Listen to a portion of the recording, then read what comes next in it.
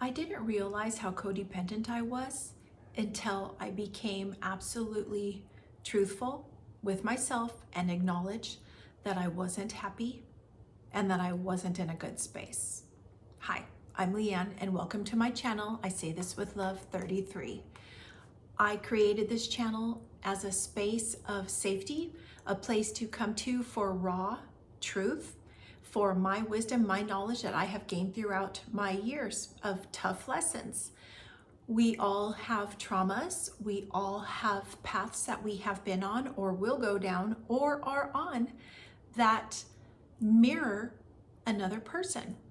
So I'd like to offer you the awareness to listen to these stories, see if something resonates with you, discern if it feels right for you. If you feel like, oh my gosh, like this is so similar to my story, but just a little different, or oh my God, I felt the same way, or I did that, or I'm going through that. Feel into that and see how it goes. If you're a first-time visitor here, thanks for being here. Go ahead and give it a thumbs up and hit the subscribe button if you like it. If you're a returning visitor, thanks for coming back. Let's go deep into this story of my acknowledgement of codependency and how little I actually knew about myself and the things that I was going through and feeling. So let me offer you my story and let's go back a little bit. I grew up, I was always more mature growing up, and I grew up quickly for my age. I got into a relationship when I was 15 and fell in love, and then I got married at 20. So I basically like left my parents' house or my dad's house or my mom's house, I don't know, they were divorced, and went straight into my own relationship. Now, let's go back. I was in a wounded space. My ex-husband was in a wounded space. So we attracted each other through our wounded energies, and that's okay. That was unconditional. That was not known. What's the word I am looking for? I just had a brain fart. Anyways, I didn't do anything for myself. So I basically left my house when I was about, I think 18, I moved out. So I didn't really do anything for myself up until that point, or know much. I thought I was all mature and knew everything in the world, but then once I got to the space years later that I wasn't happy and content and I needed to love myself and save myself and get the heck out of Dodge, then I realized, oh my gosh, I'm really a little kid inside a woman's body, like literally, and I mentioned this in another video. I woke up when I was 54 and I realized I can't stay here. I need to get out. I'm dying. I'm not in a good place. What am I going to do? So then that's when the brain starts going. And listen to this, because you might be in a similar space or you might be thinking about it. I don't know. But I got to the space where I knew I was in a toxic relationship and my body was giving up. I wasn't happy. I was breaking down. I felt like I was dying. I was unhappy in every sense of the word. My whole self-image, my self-confidence, my self-worth, my lack of caring, which I just posted that video of my mantra being like, I don't fucking care. So I was still in that space, and I'm realizing I have to care. Like I have to save myself. I have to like pick up my big girl's pants and move on. And how do I do that? So everything that we take for granted, or that somebody out there, you might be thinking, oh my God, like who cares? That's so easy. That's just something you do when you grow up. I didn't do that. So as you know, being in a relationship, everything gets intertwined. So like the cell phones, the house payment, the houses, like the cars, like everything is intertwined together. And that becomes very messy, can become very messy in a separation and then a divorce. But before that even happened, I was thinking, okay, I want to get off his, I always wanted an iPhone, and my ex-husband didn't like iPhones, and he's like, no, we're not doing that, blah, blah, blah. And me giving the approval of him taking care of everything, and I lost my voice and I gave up my power years prior to that. I was like, okay. But then, when I woke up and I'm like, you know what? I'm going to do this. And my son's like, Mom, come on my phone plan. Like I have a family plan. You could just come on. I'm like, okay, I'm going to do it. But I'm going to push into that because the fear that I even had thinking about, oh my God, I'm going to get off our phone plan and go on to my son's. And that was the first form of me putting up a boundary and separating myself.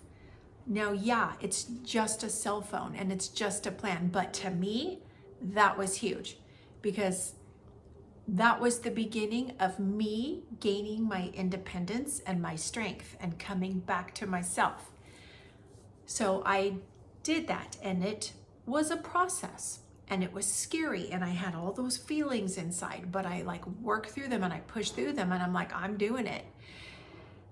Then after that, after the phone, I began to, a couple months later, I was thinking, I better open a bank account on my own. Like I haven't done this in probably like 30 years.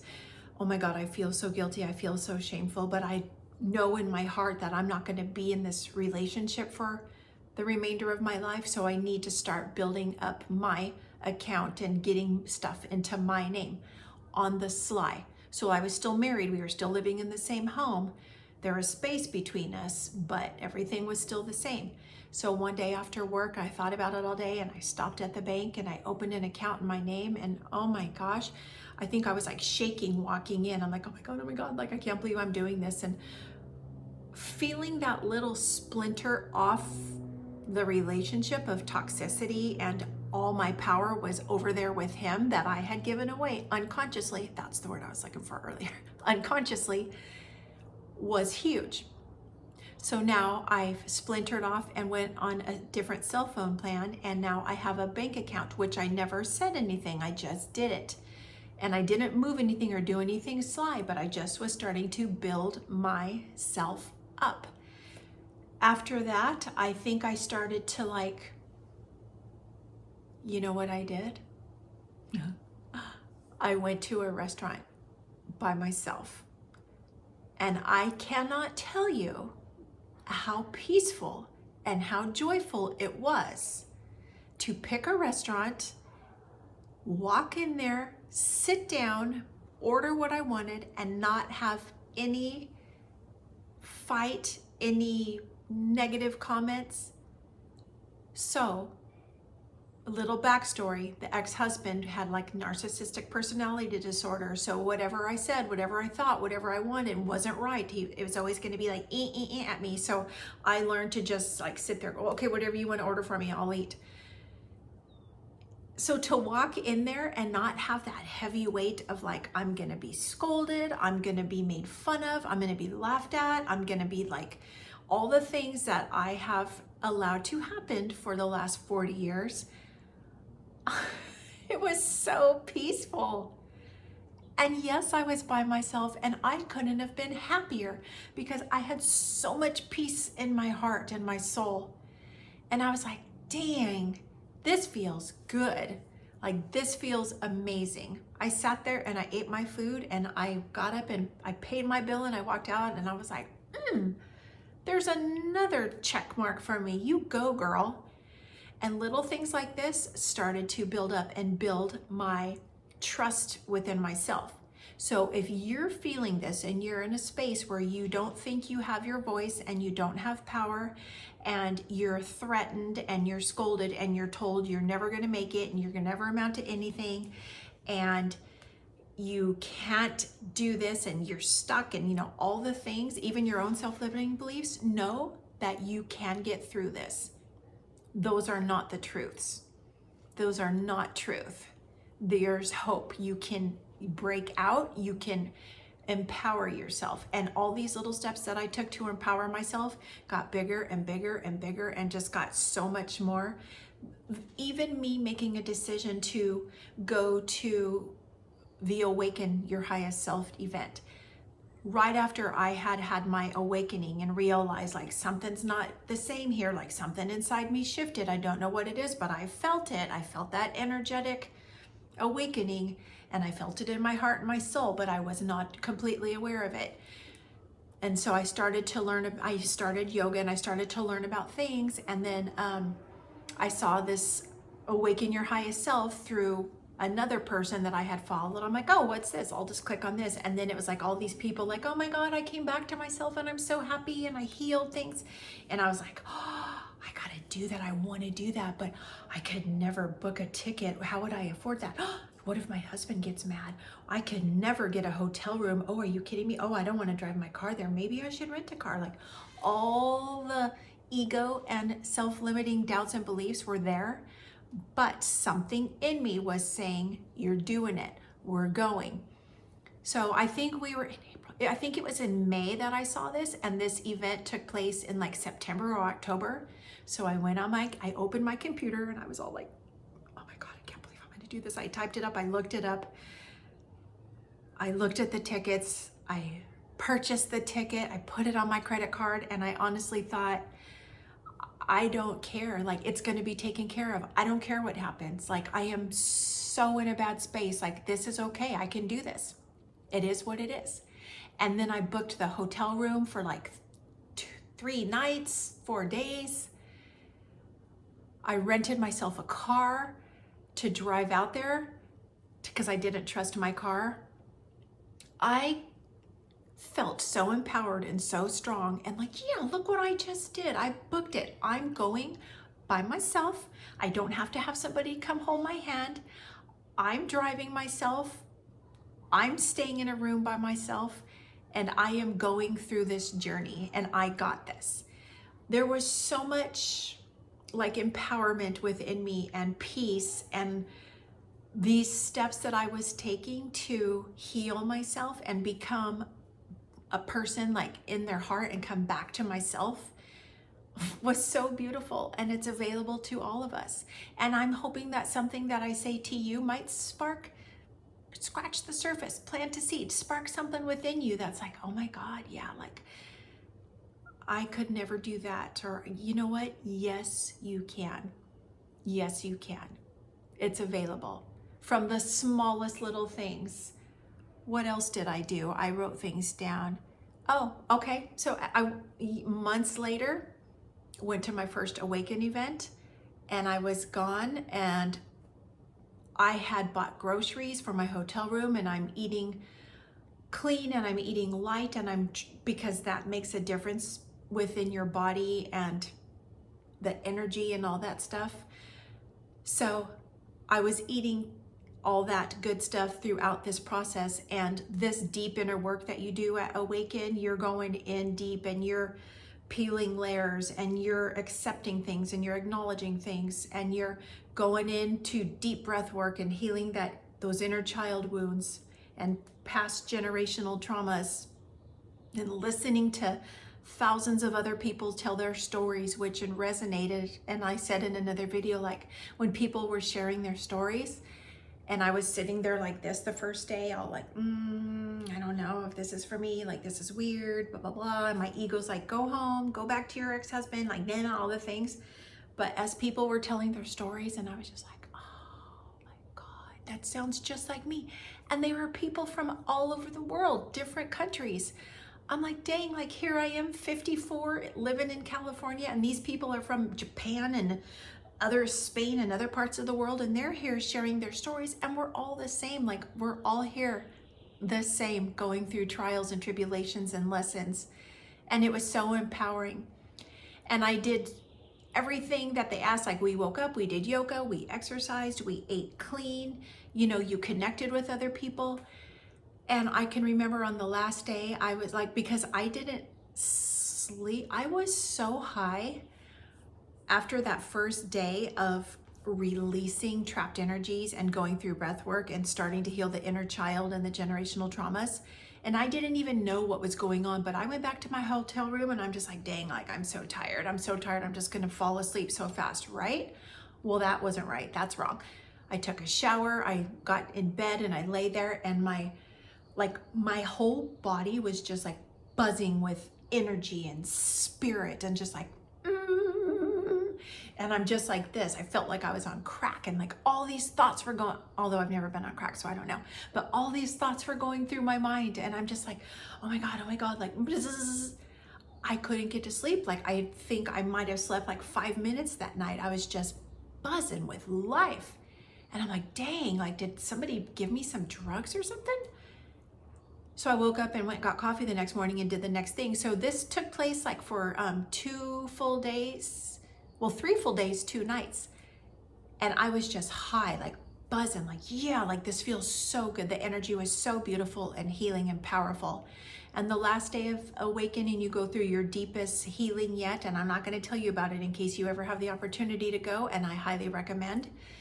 I was like, man, I just need some substance. Like I need some kind of big old food in my body. Like I'm just like so deep, not even depleted, but just like, oh, I have just released so much and I need a big fat fucking cheeseburger. That was my thought. And I'm walking around the hotel and I'm like, oh my God, it's so late. I don't want to eat this late because it's going to affect my sleep. And I'm like, Lee, what are you talking about? You're not even sleeping anyway. Like you're so high and you're so buzzing with energy.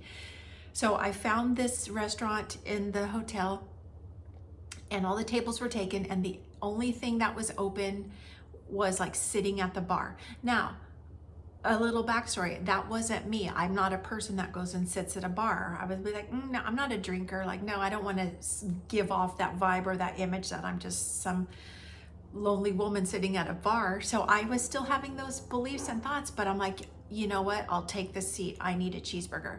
So I went and sat at the bar by myself, just totally enveloped in the beautiful space I have been in for the past 3 days.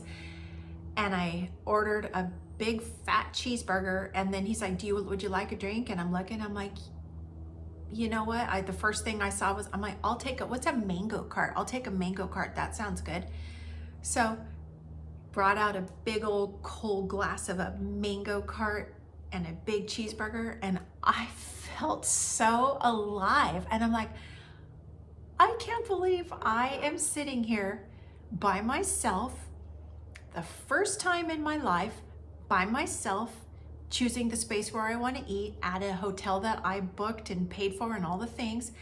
I'm eating a cheeseburger. I'm sitting at a bar and I'm eating a cheeseburger and drinking a beer. Like, what the hell? Who are you, Lee?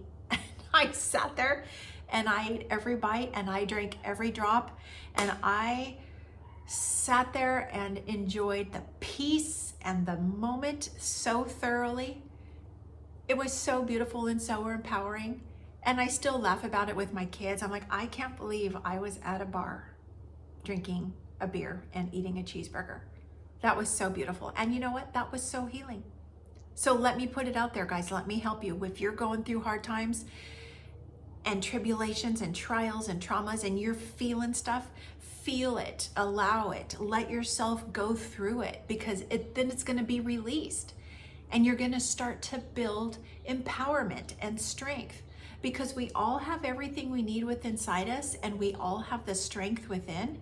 We just need to break down those barriers and peel the layers to find it. So I just want to put this out there because these little things that mean nothing, such as me eating that cheeseburger and drinking the beer, renting a car, booking a hotel, buying a ticket, driving there, asking for a divorce, opening a bank account, changing my phone plan. These were the beginnings of me coming back to myself. So you women out there, or even men that don't feel empowered, that don't feel like you have the authority over your life, I say this with love, you do. You can choose to be the creator of your life, or you can choose to be a victim in your life. I was on the victim end unconditionally for the first 54 years. Once I woke up and started to empower myself, then I realized I am the creator of my life. And whatever you want, you can get to that space. If it's meant to be from God's source universe, whatever you believe in. If you can release attachments to outcomes, like this is the way my life is going to be, and this is what I have to do, and this is what I have to accomplish, and this is where I'm going to go, and this is what I'm going to be, and blah, blah, blah, all the things we put on ourselves. And then life comes and just goes bam and knocks you down and like, nope, that's not happening. That's not for your highest good. So you're going to have to release that attachment and maybe you should just flow and then things will come to you. We'll just give you things, says God, source, universe, whatever your belief is. And that's the truth. And I can attest to that. I share these stories with you because it's my truth, it's wisdom, it's knowledge, and I want to share with the world. You have everything you need inside you. You can get through hard times. You can build yourself back up from below dirt level and rise all the way up to the beautiful sun in the sky. I reflect on my past and where I was and where I am now and how far I'm still going. There's still a long way for me to go, but reflecting on it and realizing that everything happens for a reason. And if you can learn to release expectations, fear, guilt, and shame of things that have happened, that might happen, that will happen, that you expect, try to release that and just flow, because that's going to help you. That's going to lighten your load. You don't need to carry the load of everything for everybody. You don't even need to carry the load that's already on your shoulders of the past. Let that shit go, I say easily. It's not easy. And I do say this with love. So if you're going through these feelings and these instances in your life, I do send you peace and love and connection and compassion. You're not alone. You do have everything you need inside you. Sit in stillness. Meditate. Find compassion, love, and grace for yourself. Unconditionally love you. All the faults, all the mistakes, all the stuff. Release it. Love you. You're worth it. I'm going to wrap this up, guys. I do say this with love. Thank you for being here. If you like it, give it a thumbs up. Hit the subscribe button. Please leave a comment in the comment section. If you have a question or anything, please don't hesitate to reach out. Namaste.